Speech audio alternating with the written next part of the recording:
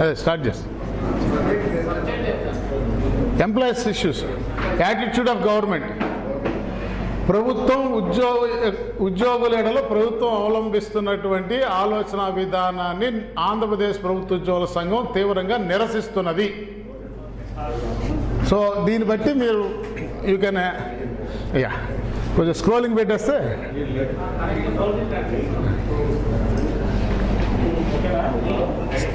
Okay sir. Andhra Pradesh ప్రభుత్వ ఉద్యోగుల సంఘం ఆహ్వానం మేరకు మా సంఘం యొక్క కార్యవర్గ నిర్ణయాలని ఉద్యోగులకు, ప్రభుత్వానికి, పౌర సమాజానికి తెలియజేయడం కోసంగా మా ఆహ్వానాన్ని మన్నించి వచ్చిన పాత్రికేయ మిత్రులందరికీ ప్రప్రథమంగా నమస్కారం. నా పేరు కేఆర్ సూర్యనారాయణ. నేను ఆంధ్రప్రదేశ్ ప్రభుత్వ ఉద్యోగ సంఘ అధ్యక్షుడిని. ఆస్కర్ రావు గారు మా ప్రధాన కార్యదర్శి. మా 21 మంది రాష్ట్ర కార్యవర్గ సభ్యులు పూర్తి స్థాయిలో ఈనాడు ఈ సమావేశంలో పాల్గొన్నాం. నిన్న ఈరోజు చాలా సుదీర్ఘంగా ఈ రాష్ట్రంలో ప్రభుత్వం ఉద్యోగుల ఎడల, ఉద్యోగుల సమస్యల పరిష్కారం ఎడల, ఉద్యోగుల యొక్క ఆర్థిక ప్రయోజనాలని ఎక్స్టెండ్ చేసేటువంటి విషయంలో అవలంబిస్తున్నటువంటి ప్రభుత్వం యొక్క విధానాన్ని, అప్రోచ్ని చాలా నిశితంగా, క్షుణ్ణంగా, ప్రాథమిక స్థాయిలో ఉద్యోగుల మనోభావాలను కూడా జోడించుకుని మేము విశ్లేషించుకోవడం జరిగింది. ఈ సుదీర్ఘ విశ్లేషణ తర్వాత ఆంధ్రప్రదేశ్ ప్రభుత్వ ఉద్యోగుల సంఘం ఈ రాష్ట్రంలో ప్రభుత్వం మున్నెన్నడూ లేని విధంగా ఉద్యోగుల ఎడల సరైనటువంటి రీతిలో, గౌరవప్రదమైన రీతిలో వ్యవహరించడం లేదని ఏకగ్రీవంగా ఆంధ్రప్రదేశ్ ప్రభుత్వ ఉద్యోగుల సంఘం అభిప్రాయపడింది. గౌరవప్రదంగా వ్యవహరించలేదు అనే దానికి అభిప్రాయానికి రావడానికి గల కారణాలు, ఇటీవల ఈ 26 అక్టోబర్ నాడు మా రాష్ట్ర ఆఫీస్ బేరర్స్ డెలిగేషన్ 18 మందితో కూడినటువంటి సభ్య బృందం గౌరవ ముఖ్యమంత్రి గారిని కలిసి ఉద్యోగుల సమస్యల ఎడల ప్రభుత్వ స్థాయిలో రావాల్సినటువంటి స్పందన రావడం లేదనే విషయాన్ని వారి దృష్టికి తీసుకెళ్ళాం. ఒక 100 అంశాలు సుమారుగా ఉద్యోగులకు సంబంధించినవి మేము లిస్ట్అవుట్ చేసి, దానిలో కేవలం 10 మాత్రమే ఆర్థిక భారం కూడుకున్న అంశాలు, మిగతా 90 అంశాలు ఆర్థికేతర అంశాలు ఉన్నాయి అనేటువంటి విషయాన్ని ముఖ్యమంత్రి గారి దృష్టికి తీసుకొచ్చాం. ఆ 90లో ఒక 10 అంశాల్లో విభిన్న ఉద్యోగ సంఘాల మధ్య భేదాభిప్రాయం ఉండే అవకాశం ఉంది. కానీ మిగతా 80 అంశాల్లో ఏ ఒక్క ఉద్యోగి కూడా, యావత్ ఉద్యోగ సంఘాలన్నీ కూడా ఏకాభిప్రాయంతో ఉన్న అంశాలు. ఈ అంశాలను కూడా పరిష్కరించడానికి ప్రభుత్వం ఎందుకు చొరవ చూపటం లేదు అనేటువంటి విషయాన్ని గౌరవ ముఖ్యమంత్రి గారి దృష్టికి తీసుకువెళ్ళాం. ఆయన చేద్దాము, తప్పనిసరిగా చూద్దామని చెప్పారు. అయితే అధికారులు, మరి ప్రభుత్వం ఆలోచన ప్రకారమే పనిచేస్తారని నేను అభిప్రాయపడుతున్నాను. కేవలం ఏదో అధికారులు తప్పు చేస్తున్నారు, ప్రభుత్వం మాత్రం ఒప్పు చేస్తుంది, ప్రభుత్వం మాకు ఫ్రెండ్లీ ప్రభుత్వం, అధికారులు ఏదో మాకు శత్రువులు అనేటువంటి తప్పుడు ఆరోపణలు నేను చేయను. అది నాకు అవగాహన ఉన్న మేరకు 100% మంది అధికారులు ప్రభుత్వం ఆలోచనకి తగ్గట్టుగానే వ్యవహరిస్తారు. మాకు సంబంధించి ప్రధానమైనటువంటి డిమాండ్స్లో ఉద్యోగులు కోరుకున్న డిమాండ్లు, వాటిలో గౌరవ ముఖ్యమంత్రి గారు ఇచ్చిన హామీలు నెరవేర్చాల్సినటువంటి అవసరం.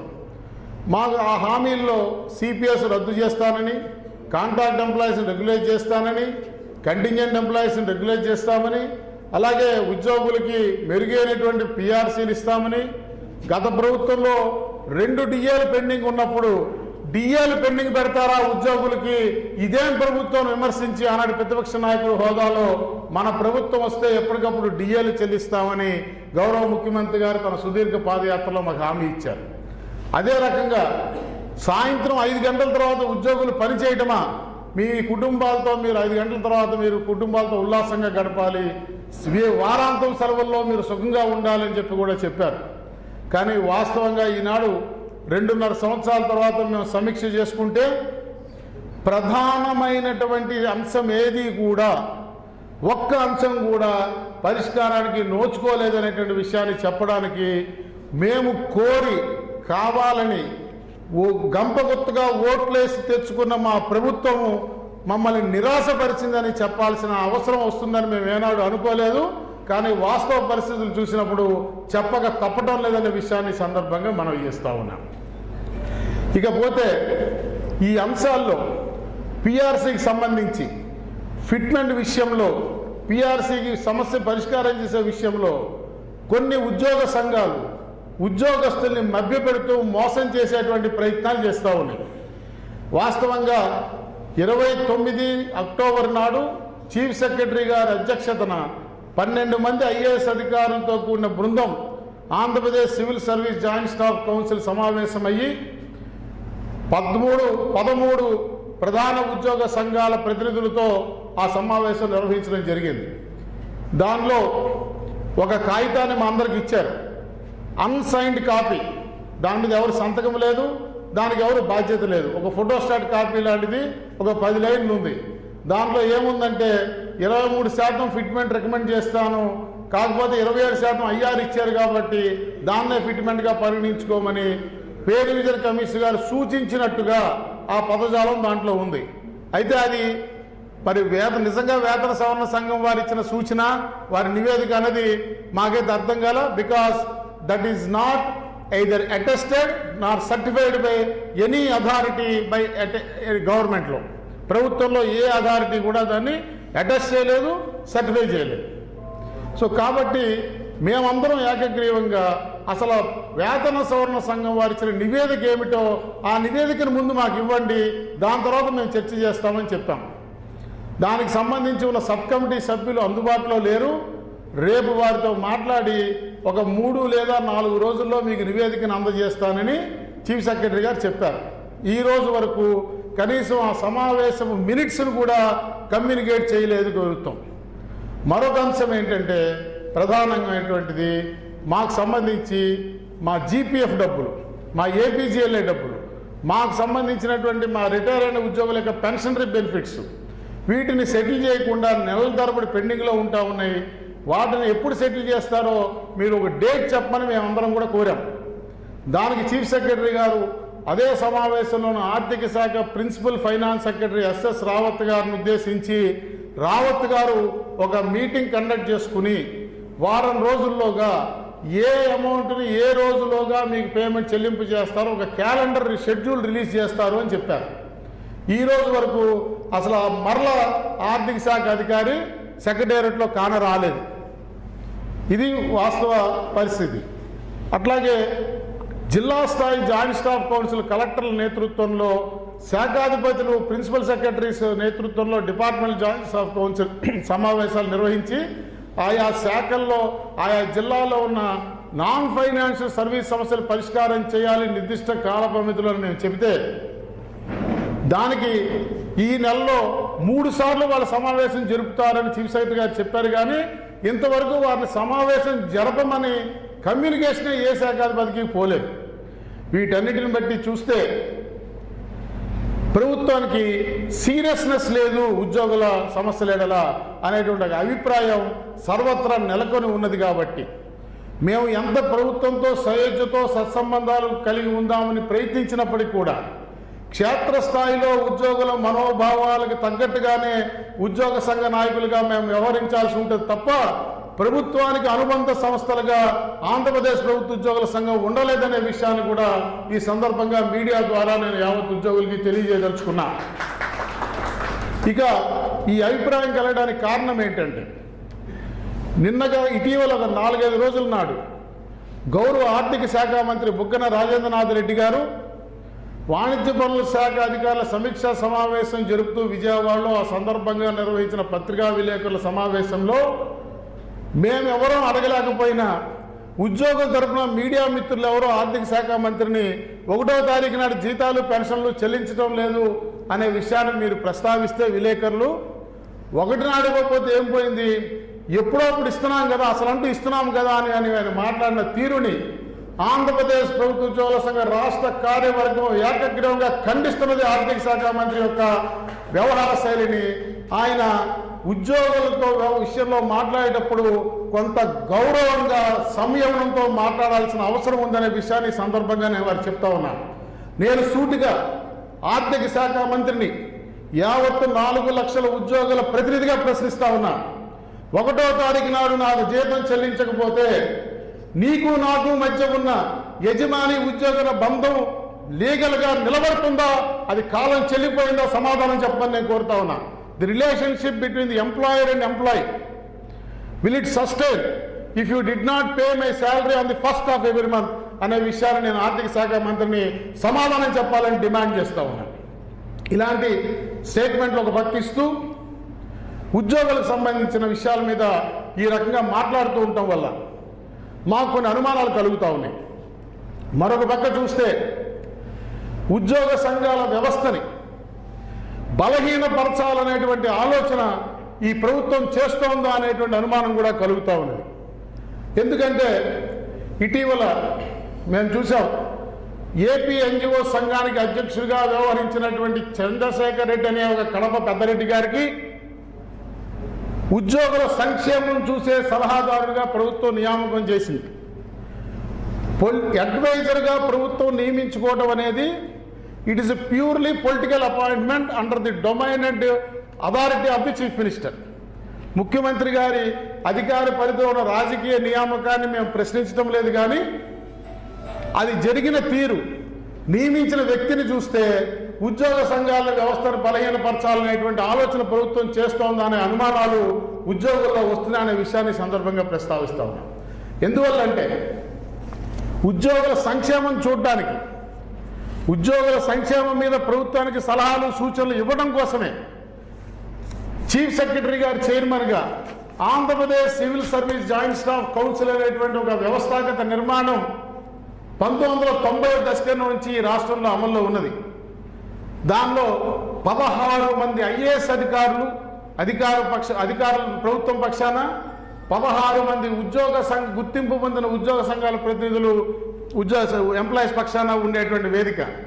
దీని యొక్క ప్రధాన ఆబ్జెక్ట్ ఆఫ్ దిస్ కాన్స్టిట్యూషన్, దీన్ని రాజ్యాంగంలో, ఈ వ్యవస్థ రాజ్యాంగంలో ఏమని పెట్టారంటే, ఈ మెకానిజం ఎందుకోసం ఏర్పాటు చేయబడిందంటే ఉద్యోగుల సంక్షేమం మీద, to promote the welfare of those employed, ఉద్యోగుల యొక్క సంక్షేమాన్ని ఎలా ప్రమోట్ చేయాలనే దానికి ప్రభుత్వానికి సూచనలు ఇవ్వడం కోసం ఇది ఏర్పడినంత పెద్ద వ్యవస్థ, అధికార వ్యవస్థ ఉండగా, ఇంతకు మించి 16 మంది ఐఏఎస్ అధికారుల మేధస్సు, 16 మంది ఉద్యోగ సంఘాల నాయకుల అనుభవం మేళవించి ఇచ్చేదానికంటే గొప్ప సలహా ఆ కడప రెడ్డి గారు ఏమిస్తారని ఆయన ఉద్యోగుల సంక్షేమ సలహాదారుగా నియమించారో మాకు అర్థం కావట్లేదనే విషయాన్ని మీ దృష్టికి తీసుకొస్తా ఉన్నాను. మరొక విషయం ఏంటంటే, మాకు వ్యక్తిగతంగా చంద్రశేఖర్ రెడ్డి గారికి రాజకీయ పదవి ఇవ్వడానికి మేము వ్యతిరేకం కాదు, మాకు అభ్యంతరం లేదు. ప్రభుత్వం ఎవరికి కావాలనుకుంటే వాళ్ళకి రాజకీయ పదవులు ఇచ్చుకోవచ్చు. అయితే ఇక్కడ మా అభ్యంతరం వల్ల ఈ సదరు చంద్రశేఖర్ రెడ్డి గారు ఉమ్మడి ఆంధ్రప్రదేశ్ రాష్ట్రంలో హైదరాబాద్లో ప్రభుత్వ ఉద్యోగుల ఇళ్ల స్థలాల కోసం ప్రభుత్వం ఇచ్చినటువంటి 182 ఎకరాల గచ్చిబౌడిలోని విలువైనటువంటి ప్రభుత్వ భూమిని ఉద్యోగులకి దక్కనీయకుండా అమ్ముకొని అక్రమాలు చేసి 18 కోట్ల రూపాయలు ఉద్యోగుల సొమ్ము తినేశాడని నేను మోపట్ల ఈ అభియోగం. ఆంధ్రప్రదేశ్ ప్రభుత్వం విజిలెన్స్ అండ్ ఎన్ఫోర్స్మెంట్ శాఖ వారు విచారణ చేసి నిగ్గుదేల్చి ఇతని మీద క్రిమినల్ చర్యలు తీసుకోమని ప్రభుత్వానికి సిఫారసు చేసింది. అలాగే మ్యూచువల్లీ ఎయిడెడ్ కోఆపరేటివ్ సొసైటీస్ చట్టం ప్రకారం సెక్షన్ 29 మ్యాండేటరీ ఆడిట్ ప్రకారం విచారణ చేసి ఈయన 18 కోట్ల రూపాయలు తినేశాడని సహకార శాఖ వాళ్ళు ధృవీకరించారు. ఈ 2 నివేదికల్ని పరిగణలో తీసుకున్నటువంటి ఆంధ్రప్రదేశ్ ప్రభుత్వం అధికారికంగా ఈ సదరు చంద్రశేఖర్ రెడ్డి గారి మీద క్రిమినల్ కేసుని బుక్ చేయడం జరిగింది. ఆ క్రిమినల్ కేసు మీరు నాంపల్లి క్రిమినల్ కోర్టులో బెయిల్ రాకపోతే బెయిల్ రిజెక్ట్ అయితే హైకోర్టులో షరతులతో కూడిన బెయిల్, 2 షూరిటీలు 50,000 కోట్ల రూపాయల షూరిటీలు, 2 పూచీకత్తులతో షరతులతో కూడినటువంటి బెయిల్ మీద ఆయన తిరుగుతూ ఉన్నారు. తదనంతరం రాష్ట్ర విభజన తర్వాత తెలంగాణ ప్రభుత్వం ఆ ల్యాండ్ హైదరాబాద్లో ఉంది కాబట్టి దీని మీద విజిలెన్స్ అండ్ ఎన్ఫోర్స్మెంట్ డిపార్ట్మెంట్ వారికి ప్రాసిక్యూషన్ చేసేటువంటి చట్టబద్ధ అధికారం లేని కారణంగా ఆ ప్రాసిక్యూషన్ చేయడం కోసం ఏసీబీ వారికి దీని ఫర్దర్ ఇన్వెస్టిగేషన్ కోసం ఇవ్వడం అధికారికంగా ఒక జీవో ద్వారా ఇవ్వడం జరిగింది.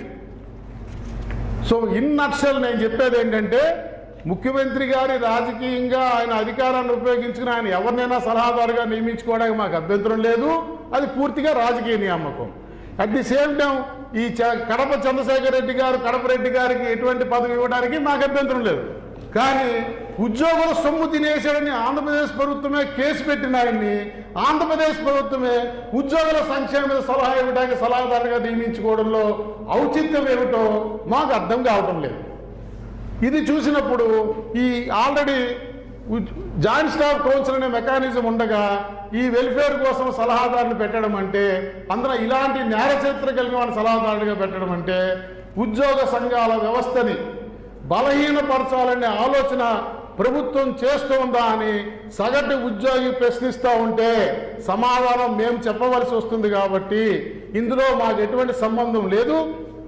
ఈ విషయాలని మేము ప్రభుత్వ ప్రధాన కార్యదర్శి గారి దృష్టికి, ముఖ్యమంత్రి కార్యాలయ అధికారుల దృష్టికి తీసుకువెళ్ళినప్పటికీ ఈ విషయాలేమి గౌరవ ముఖ్యమంత్రి గారి దృష్టికి తీసుకువెళ్లకుండా ఈ నియామకం చేశారేమో అని ఒక అనుమానం కలుగుతున్నది. ఎందువల్లంటే ఈ నియామకం జీవో ఇవ్వడానికి ముందే మేము లిఖితపూర్వకంగా అధికారికంగా ప్రభుత్వానికి ఈ కాగితాలన్నీ ఇచ్చి సమర్పించడం జరిగింది. ఆ నియామకం జీవోలో దీన్ని మెన్షన్ చేయలే, రెఫరెన్స్లో దీన్ని మెన్షన్ చేస్తున్నట్టయితే మన అభిప్రాయాలు పరిగణలో తీసుకుని అయినప్పటికీ ఆ నియామకం చేశారేమో ముఖ్యమంత్రి గారు ఆయన రాజకీయ విచక్షణాధికారాన్ని వినియోగించుకుని మేము సర్దుకునేవాళ్ళం. ఇప్పుడైతే ఇది రెఫరెన్స్లో లేదో ఆయన దృష్టికి పోకుండా ఇది జరిగిందేమో అనేటువంటి ఒక అభిప్రాయం మాకు కలుగుతుందనే విషయాన్ని కూడా తెలియజేస్తా ఉన్నాను. మరొక పక్క ఇటీవల కాలంలో చాలా ఇబ్బందికరంగా ప్రభుత్వం వ్యవహరిస్తున్న దానికి ఉదాహరణ APGLI, Andhra Pradesh group life insurance అనేటువంటిది. ఉద్యోగులు తమ జీతంలో ప్రతి నెల కంట్రిబ్యూట్ చేసి ప్రీమియం కట్టి ఇన్సూరెన్స్ బాండ్ తీసుకుంటారు.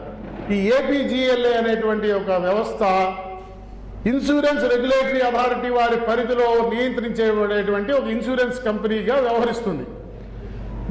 మన ఇన్సూరెన్స్ పాలసీ బాండ్ మెచ్యూర్ అయినప్పుడు ఆ మెచ్యూరిటీ విలువ ప్రకారం మాకు తిరిగి చెల్లించవలసిన అవసరం ఉన్నది. గడిచిన సంవత్సరంన్నర బట్టి ఏపీజీఎల్ఐ బాండ్లు మెచ్యూర్ అయిపోయినటువంటి బాండ్ల యొక్క చెల్లింపులు ఏపీజీఎల్ఐ చెల్లింపులు చేయటం లేదు. ఎన్ని చెల్లింపులు పెండింగ్ ఉన్నాయి, ఎన్ని క్లెయిములు పెండింగ్ ఉన్నాయి. రిటైర్ అయిన వాళ్ళు ఉన్నారు, బాండ్ మెచ్యూర్ అయిపోయిన వాళ్ళు ఉన్నారు, చనిపోయిన వాళ్ళు ఉన్నారు. వాళ్ళ వారసులకు ఇవ్వాల్సినటువంటి ఇన్సూరెన్స్ క్లెయిమ్ వాళ్ళ వారసులకు ఇవ్వాల్సినటువంటి అవసరం ఉంది. ఈ ఎన్ని క్లెయిములు పెండింగ్ ఉన్నాయి, ఇవి ఎప్పుడులోగా సెటిల్ చేస్తారంటే ప్రభుత్వం తరఫున ఏపీజీఎల్ఐ అధికారులు కానీ ఆర్థిక శాఖ అధికారులు కానీ ఎవరూ సమాధానం చెప్పడం లేదు. మాకు మా జిల్లాల నుంచి వచ్చిన శ్రేణుల నుంచి వచ్చిన సమాచారాన్ని క్రోడీకరిస్తే ఈ మొత్తం సుమారుగా 1,700 కోట్ల రూపాయలు ఉంది అని ఒక అభిప్రాయానికి రావడం జరిగిందనే విషయాన్ని నేను ఈ సందర్భంగా ప్రస్తావిస్తా ఉన్నాను.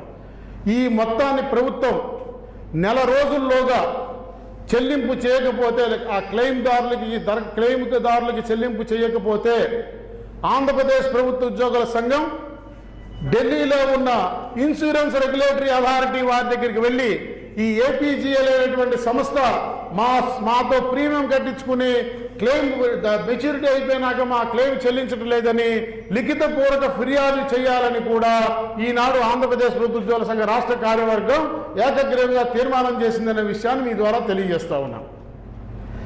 ఇంకా దారుణమైనటువంటి విషయం, ఇది చాలా సెన్సేషనల్ విషయం, నేను ఈనాడు రివీల్ చేస్తా ఉన్నా మీడియా ముఖంగా. నాకు 37.5 సంవత్సరాల సర్వీస్ పూర్తయింది.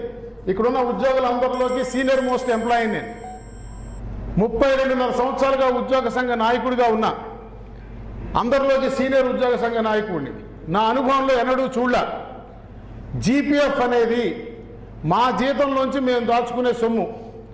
ప్రభుత్వం రూపాయి కంట్రిబ్యూషన్ ఉండదు దాంట్లో, కేవలం ఉద్యోగి తన జీతంలో దాచుకుంటాడు. ఈ జీపీఎఫ్ విధానం అనేది ఇవాళ ఏదో ఈ ప్రభుత్వం వచ్చాకో మేము నాయకులైనాకో పుట్టింది కాదు. బ్రిటిష్ వారి పరిపాలనలో 1934 నుంచి కూడా ఉద్యోగులకి జీపీఎఫ్ విధానం ఉంది. అప్పుడు అది ఆప్షనల్గా ఉండేది. కావాలనుకున్న వాళ్ళు మాత్రమే ప్రభుత్వం దగ్గర పొదుపు చేసుకునేవాళ్ళు. Is nothing but saving money with the government. ఆ సేవింగ్ చేసుకోవడానికి ఉద్యోగికి ఒక పౌరుడిగా అనేక రకాల సౌలభ్యాలు సమాజంలో అందుబాటులో ఉంటాయి. అనేక రకాల ఆర్థికపరమైన సంస్థలు ఉంటాయి, బ్యాంకులు ఉంటాయి, మ్యూచువల్ ఫండ్స్ ఉంటాయి, షేర్ మార్కెట్లు ఉంటాయి, రియల్ ఎస్టేట్ మార్కెట్లు ఉంటాయి. నేను నా సొమ్ముని ఎక్కడైనా మదుపు చేసుకునేటువంటి రాజ్యాంగబద్ధమైన హక్కు కలిగి ఉంటాను.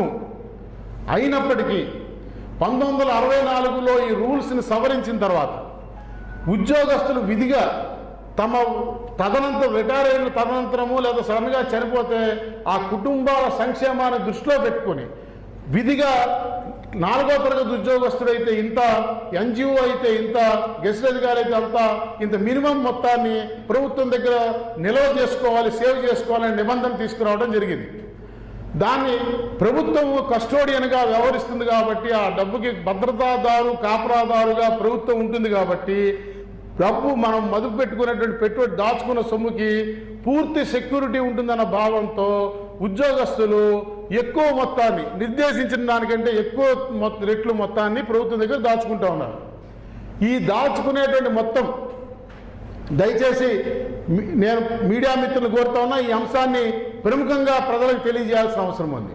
ఈ రకంగా ఉద్యోగులు దాచుకునేటువంటి మొత్తం సాలీన సంవత్సరానికి 8,000 కోట్ల రూపాయల నుంచి 10,000 కోట్ల రూపాయలు ఉద్యోగులు తమ జీతంలోంచి జీపీఎఫ్ కింద దాచుకుంటారు.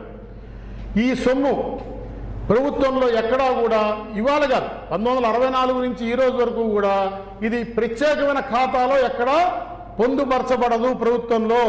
ప్రభుత్వానికి రెగ్యులర్గా వచ్చే ఆదాయం అంతా ఏ ఖాతాలో జమేస్తారో అదే ఖాతాలో ఈ మొత్తాన్ని కూడా జమ వేసేసి ప్రభుత్వము దాన్ని తన ఆదాయంగా పరిగణించి ఇతరత్ర ఖర్చులకి వినియోగించుకునేటువంటి సాంప్రదాయం ఈ రాష్ట్రంలో కొనసాగుతున్నది.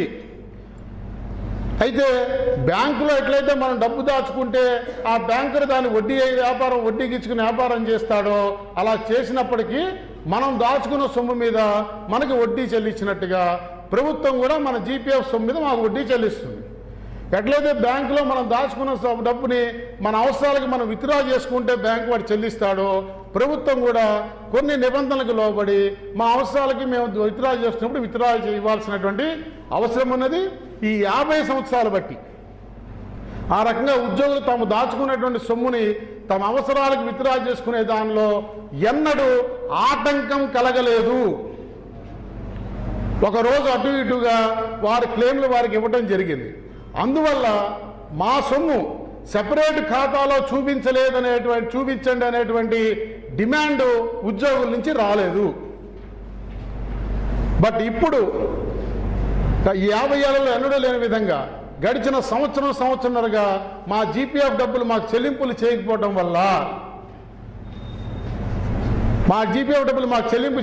వల్ల అసలు మేము దాచుకుంటున్న డబ్బుని సొమ్ము మొత్తాన్ని ఒక సెపరేట్ అకౌంట్ క్రియేట్ చేసి దాంట్లో చూపించమని ప్రభుత్వాన్ని ఆ రకంగా డిమాండ్ చేయాల్సినటువంటి పరిస్థితి వాళ్ళ ఆంధ్రప్రదేశ్లో నెలకొని ఉందని ఆంధ్రప్రదేశ్ ప్రభుత్వ ఉద్యోగుల సంఘం అభిప్రాయపడుతూ ఆ మేరకు ఒక తీర్మానాన్ని కూడా ఈనాడు మేము ఆమోదించడం జరిగింది. ఇది పెండింగ్లో పెట్టడం కాకుండా దేశంలో ఎక్కడా జరిగిన ఒక విపరీత పరిణామం ఈనాడు ఆంధ్రప్రదేశ్లో జరిగింది. ఒక 10 నుంచి 15 రోజుల క్రితం ఈ జీపీఎఫ్ ఖాతాలో ఉన్న ఉద్యోగులందరికీ కూడా ఒక SMS వచ్చింది. మాకు ఈ జీపీఎఫ్ ఖాతాను నిర్వహించేది, మా ఖాతా అకౌంట్ మెయింటైన్ చేసే మా అకౌంటెంట్ ఎవరంటే అకౌంటెంట్ జనరల్ భారత ప్రభుత్వ ఆధీనంలో ఉన్న రాజ్యాంగపరమైనటువంటి సంస్థ అకౌంటెంట్ జనరల్ గారు మా అకౌంట్లు నిర్వహిస్తారు.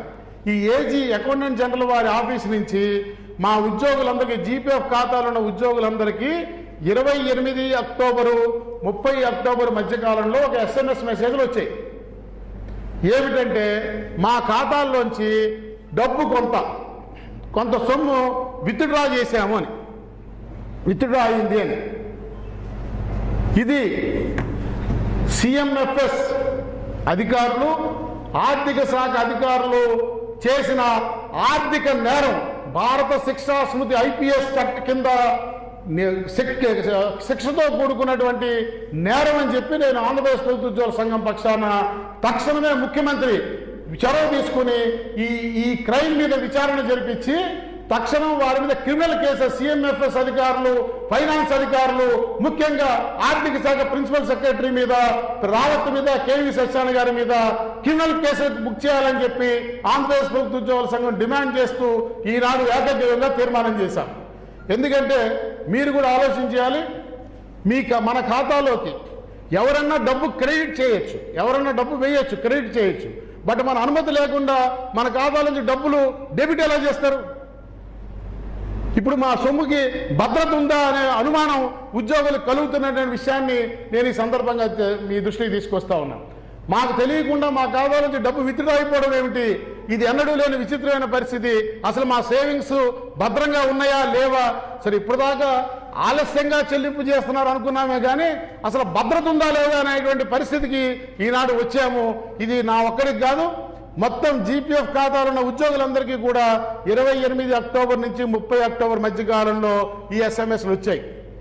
దీని మీద మేము అకౌంటెంట్ జనరల్ కార్యాలయంలో వివరణ కోరితే మాకు తెలిసింది ఏంటంటే, మాకు 1 సంవత్సరంన్నర క్రితం ఇవ్వాల్సిన డిఏని విడతల వారి ఇన్స్టాల్మెంట్లో ఇస్తామని చెప్పి ఒక జీవో పాస్ చేశారు, పోస్ట్ డేటెడ్ చెక్ లాగా. దానికి మేమందరం ఒక్కొక్క సంఘం 3 సార్లు హర్షం ప్రకటిస్తూ ప్రకటనలు ఇచ్చాం పోస్ట్ డేటెడ్ చెక్ ఇచ్చినందుకు. ఆ పోస్ట్ డేటెడ్ చెక్ ప్రకారము ఆ డిఏ ఏరియర్స్ మా జీపీఎఫ్ ఖాతాలో జమ చేశారు.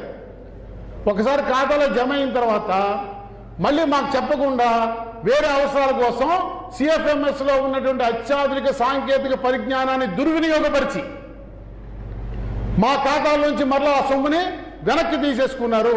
ఇది నేరపూరితమైనటువంటి చర్య, ఐపీసీ కింద శిక్షార్హమైన క్రైమ్గా నేను అభిప్రాయపడుతూ తక్షణం ప్రభుత్వం ఇమీడియట్గా ఒక విచారణ జరిపించి ఇది సిఎంఎఫ్ఎస్ అధికారులు చేశారా, అలా చేయమని వారిని ఆర్థిక శాఖ అధికారులు ఆదేశించారా, ఎవరు బాధ్యులైతే వాళ్ళ మీద క్రిమినల్ చర్యలు తీసుకోవడంతో పాటు తక్షణమే మా అకౌంట్లోంచి విత్డ్రా అయిన డబ్బులు మాకు రెస్టోర్ బ్యాక్ చేయమని చెప్పి నేను ప్రభుత్వాన్ని డిమాండ్ చేస్తా ఉన్నాను.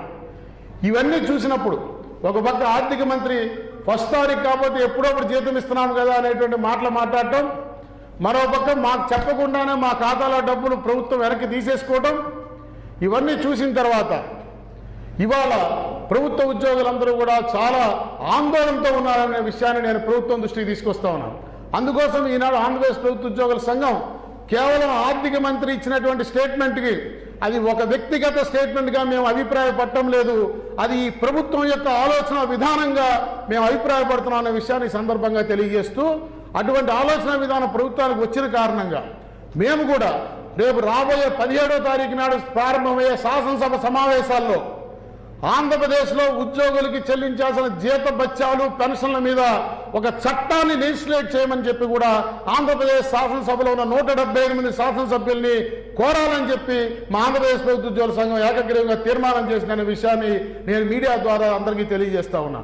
చట్టం లేని కారణంగా 1వ తారీఖు నాడు ఖచ్చితంగా నా జీతం నాకు చెల్లించాలనే చట్టం ఆంధ్రప్రదేశ్లో లేని కారణంగా ఈ రకమైనటువంటి మాటలు మాట్లాడేదానికి అవకాశం కలుగుతుంది. కాబట్టి తక్షణం ఒక చట్టాన్ని రూపొందించమని చెప్పి మేము డిమాండ్ చేస్తూ, ఇక ఇటువంటి పరిస్థితుల్లో రాబోయే రోజుల్లో ఉద్యోగస్తులు కూడా ఆలోచన చేయాల్సినటువంటి అవసరం ఉంది. నేను మీడియా ద్వారా దయచేసి ఈ రాష్ట్రంలో పనిచేస్తున్న ప్రతి ఒక్క ఉద్యోగికి ఆంధ్రప్రదేశ్ ప్రభుత్వ ఉద్యోగుల సంఘం పక్షాన చేతులెత్తి నమస్కరించి చెప్తా ఉన్నా, దయచేసి వాట్సాప్లో థమ్సప్లు తప్పట్లు పెట్టడానికి మీరు పరిమితం కాకుండా ఒక క్రియాశీల కార్యాచరణకి సమాయత్తం కావలసినటువంటి రోజు ఆంధ్రప్రదేశ్లో వచ్చిందనేటువంటి విషయాన్ని ఉద్యోగులందరూ కూడా పరిగణలో తీసుకోవాల్సిన అవసరం ఉందని నేను వారందరికీ విజ్ఞప్తి చేస్తూ, ఉద్యోగుల యొక్క ప్రయోజనాలు కాపాడడం కోసం మనకి రాజకీయంగా జగన్మోహన్ రెడ్డి గారి మీద ఎంత అభిమానం ఉన్నప్పటికీ, వారు ముఖ్యమంత్రిగా 30 సంవత్సరాలు కొనసాగాలనే కోరిక మనకు ఉన్నప్పటికీ కూడా మనం ఎవరికైతే ప్రాతినిధ్యం వహిస్తున్నామో వారి సమస్యలను గాలి వదిలేసి వారి ప్రయోజనాలను తాకట్టు పెట్టి మనం నాయకులుగా చలామణి అవ్వటం అనేది సమంజసం కాదు. కాబట్టి ఉద్యోగులకి నాయకత్వం వహిస్తున్న ఉద్యోగ సంఘాల నాయకులందరినీ కూడా ఈ వేదిక మించి ఆంధ్రప్రదేశ్ ప్రభుత్వ ఉద్యోగుల సంఘ రాష్ట్ర కార్యవర్గం పక్షాన ఆహ్వానం పలుకుతున్న, రండి అందరం కలిసి ఇటువంటి దురాగతాలు, ఎన్నడూ చూడని దురాగతాలు. ఇంకా ఇవాళ సమావేశంలో మాకు తెలిసినటువంటి విషయం ఏంటంటే, ఇది ఆర్థిక మంత్రి గారు వ్యక్తిగత ప్రకటన కాదు, ప్రభుత్వ ఆలోచన. నేను ఎందుకు అభిప్రాయపడినానంటే, ఇటీవల కొంతమంది రిటైర్ అయిన ఉద్యోగులు ఆంధ్రప్రదేశ్ హైకోర్టులో తమ రిటైర్మెంట్ బెనిఫిట్స్ సకాలంలో, అలాగే 1వ తారీఖు నాడు ప్రతి నెల క్రమం తప్పకుండా పెన్షన్ చెల్లించాలని చెప్పి ప్రభుత్వాన్ని ఆదేశించమని ఒక ప్రజా ప్రయోజన వాద్యాన్ని పిటిషన్ని ఆంధ్రప్రదేశ్ హైకోర్టులో వేశారు. దీనికి ప్రభుత్వం కౌంటర్ వేసింది. ఆ కౌంటర్లో కూడా ఇదే అంశాన్ని ఈనాడు ఆర్థిక మంత్రి ఏదైతే చెప్పాడో ఆ విషయాన్ని ఆ కౌంటర్లో హైకోర్టుకు చెప్పారు.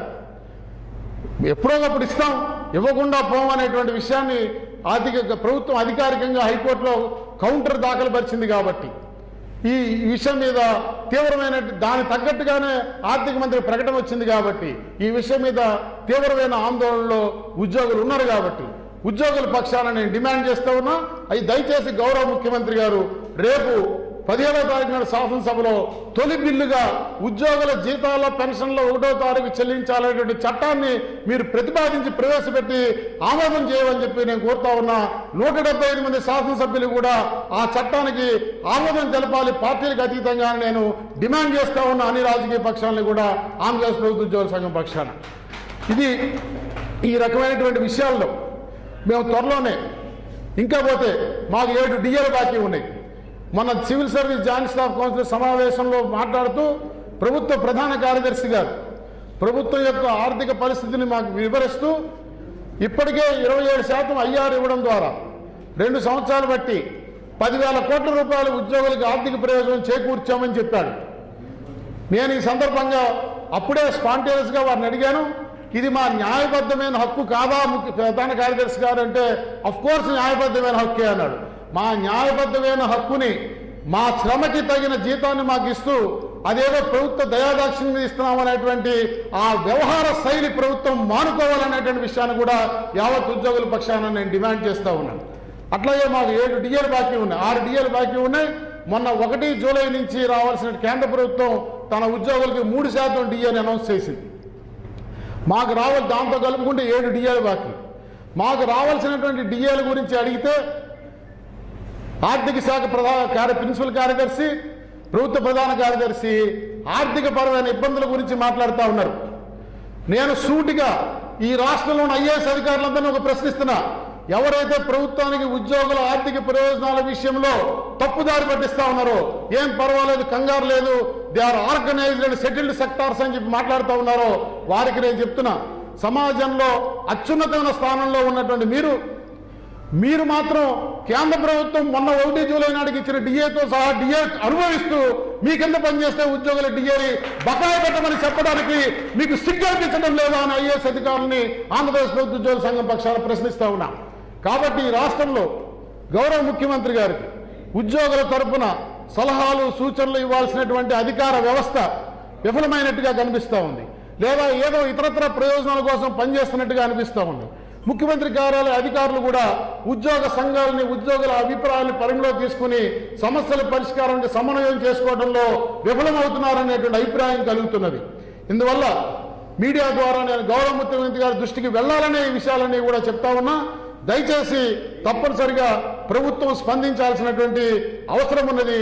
అదే రకంగా ఈ సలహాదారు నియామకం మీద కూడా ఆంధ్రప్రదేశ్ ప్రభుత్వ ఉద్యోగుల సంఘం మేము ఇచ్చిన అభిప్రాయాన్ని పరిగణలో తీసుకునే కారణంగా మాకు వ్యక్తిగత నష్టం లేకపోయినా, వ్యక్తిగతంగా వ్యతిరేకత లేకపోయినా, ప్రభుత్వమే ఉద్యోగుల సొమ్ము తినేసే క్రిమినల్ కేసు పెట్టిన వాడిని ఉద్యోగుల సంక్షేమం కోసం సలహాదారుగా నియమించడాన్ని ప్రశ్నిస్తూ ఆంధ్రప్రదేశ్ హైకోర్టులో తప్పనిసరిగా ఈ ప్రభుత్వ నిర్ణయాన్ని మేము అధికారికంగా మా సంఘం పక్షాన ఛాలెంజ్ చేయాలని కూడా ఈనాడు తీర్మానం చేయడం జరిగిందని మీకు మనవి చేస్తూ ఈ సమావేశంలోని అంశాలని, మొత్తం సమావేశాన్ని కాకపోయినా అంశాలని ప్రజల దృష్టికి తీసుకెళ్లమని మీడియా మిత్రులు కోరుతారు.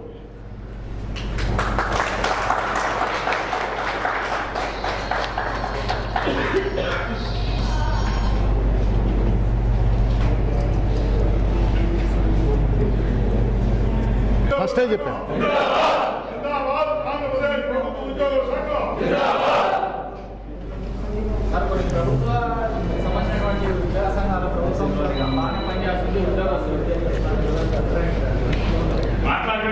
అదేనండి, ఇప్పుడు కాకి నాకు నల్లగా కనిపిస్తుంది, అది తెల్లగా ఉందని ఎవరన్నా అంటే అది దృష్టిలోపమైనా అయి ఉండాలి, లేదా వారి దృక్పథంలో తేడా ఉండాలి.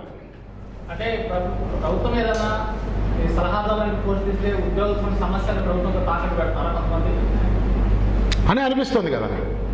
ఇప్పుడు నేను చాలా స్పష్టంగా చెప్పాను, మన రికార్డ్ లోపల జాయింట్ స్టాఫ్ కౌన్సిల్ సమావేశంలో 23% ఫిట్మెంటే పే రివిజన్ కమిషనర్ గారు రికమెండ్ చేశారు, వర్కౌట్ చేశారు. అయితే అప్పటికే ప్రభుత్వం 27% ఐఆర్ ఇస్తుంది కాబట్టి దాన్ని ఇచ్చిన దాన్ని వెనక్కి తీసుకోలేం కాబట్టి 27% ఫిట్మెంట్ కింద పరిగణించుకోమని చెప్పి సూచన చేశారు. ఇంతకు మించి పిఆర్సీ రిపోర్ట్లు ఏం లేదు అని చెప్పినాడు చీఫ్ సెక్రటరీ. ఆనాడు మేము బయటకు వచ్చి మీడియాని అడ్రస్ చేయలే, మీరు కూడా మమ్మల్ని అడిగారు మాట్లాడమని. ఇప్పుడు ఇంత అర్జెంటుగా ఈ రాత్రిపూట మీడియా ద్వారా నా ఉద్యోగులకు కమ్యూనికేట్ చేయాల్సిన ఎసెన్స్ ఆ సమావేశం లేదండి, అందువల్ల నేను మాట్లాడనని చెప్పిన. బయటకు వచ్చి కొన్ని సంఘాలు, నేను ఎవరిని పేరు పెట్టి వ్యాఖ్యానించడం నాకు అనవసరం, నా ఇల్లు నాది, ఇది 50% ఫిట్మెంట్ ఇవ్వాలని గట్టిగా డిమాండ్ చేశామని చెప్పారు. అసలు ఆ మాట లోపల ఎవరు మాట్లాడాలి? మరి ఆ సైలెన్స్ మెయింటైన్ చేసినందుకే ప్రతిఫలంగా వారి సంఘ మాజీ నాయకుడికి ఆ సలహాదారు ఇచ్చారా అనే అభిప్రాయం మీకు వచ్చినట్టు సగటు ఉద్యోగికి వస్తుంది. అయితే నేను అట్లా బ్లేమ్ చేయటం లేదు, అది రాజకీయ నియామకం. I'm very clear, it's a political appointment. Political appointment is totally description of the chief minister. ఆయన ఇష్టం. మేము అది కూడా చెప్పాం ముఖ్యమంత్రి కార్యాధికారికి, అంత మోజు మీకుంటే, అంత ఆయనతో రాజకీయ అవసరం మీకుంటే, ఆయన వల్ల మీకు అంత రాజకీయ లబ్ధి మీ పార్టీకి చేకూరుతుంది అనుకుంటే ఆయన ఎమ్మెల్సీ చేసి ఉప ముఖ్యమంత్రిగా ముఖ్యమంత్రి గారి పక్కన కూర్చోబెట్టుకోమని మాకు ఎటువంటి అభ్యంతరం లేదు. బట్ ఉద్యోగుల సంక్షేమం అనే పదం పెట్టి సలహాదారుడు అంటే సంక్షేమ సలహా ఇవ్వగలిగేటువంటి వాడిని పెట్టుకోవాలి, కానీ ఉద్యోగుల సొమ్ము తినేసేదని ప్రభుత్వమే క్రిమినల్ కేసు పెట్టిన వాడిని తీసుకొచ్చి ఉద్యోగుల సంక్షేమ సలహాదారుడిగా పెట్టుకోవడం అనేది ఒక అనుమానం రేకెత్తిస్తుంది. మరొక అంశం, ప్రధానమైన అంశం, మీరు ఇక్కడ చట్టబద్ధంగా ఒక వ్యవస్థ ఉంది, civil service joint staff council అనేటువంటి ఒక వ్యవస్థ చట్టబద్ధంగా ఉంది. 16 మంది ఐఏఎస్ అధికారులు సభ్యులు, చీఫ్ సెక్రటరీ గారు అధ్యక్షతన, 16 మంది ఉద్యోగ సంఘాల నాయకులు సభ్యులు. ఈ 32 మందికి సంబంధించిన మేధస్సుకు మించిన సలహా ఉద్యోగ సంక్షేమం కోసం ఆ క్రిమినల్ గారు ఏమిస్తారో మాకు తెలియట్లే.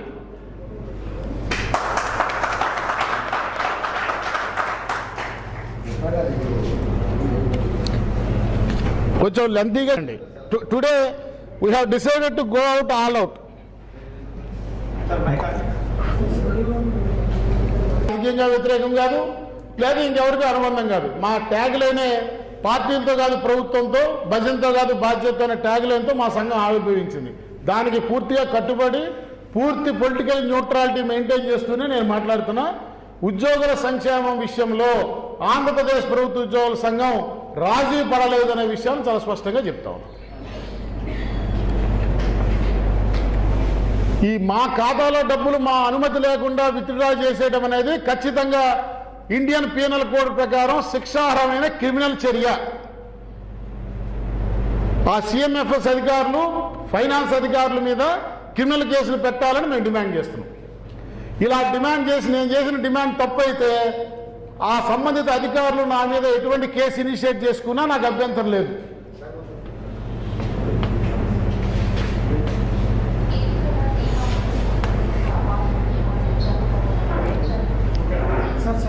ప్రభుత్వం స్పందించకపోతే ఈ విషయంలో మేమే పోలీస్ స్టేషన్లో క్రిమినల్ కేసులు కంప్లైంట్ లాడ్జ్ చేస్తాం ఒక వారం రోజులు చూసి.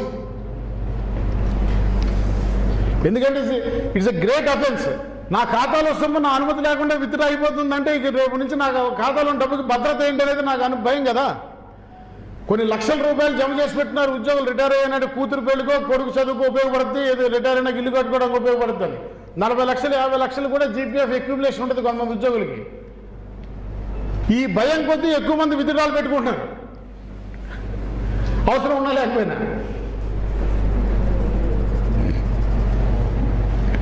సార్